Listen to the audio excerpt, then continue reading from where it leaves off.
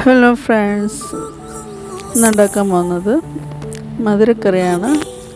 ചിലയിടങ്ങളിൽ കായ്ക്കറിയും പറയും. അതിന് ആവശ്യത്തിനുള്ള ഏത്തപ്പഴം എടുക്കുക, അതിന് തേങ്ങാപ്പാലിൽ വേവിക്കുക. എത്ര തേങ്ങാപ്പാൽ വേണോ അതനുസരിച്ച് എടുക്കുക. എന്നിട്ട് ആവശ്യത്തിനുള്ള അരിപ്പൊടി, പഞ്ചസാര, കുറച്ച് ഉപ്പ് എല്ലാം കൂടെ ഇട്ട് മിക്സ് ചെയ്ത് ഒഴിക്കുക. അവസാനം തേങ്ങാപ്പാൽ ഒഴിക്കുക. എന്നിട്ട് കുറച്ച് ചെറിയ ഉള്ളി നെയ്യിൽ റോസ്റ്റ് ചെയ്ത് അതിൻ്റെ പുറത്തിടുക. മധുരമൊക്കെ നിങ്ങൾ ആവശ്യമനുസരിച്ച് ഇടാം. ഇത് ഇടിയപ്പത്തിൻ്റെ കൂടെ, അത് പലഹാരത്തിൻ്റെ കൂടെയും കഴിക്കാം, വെറുതെയും കഴിക്കാം.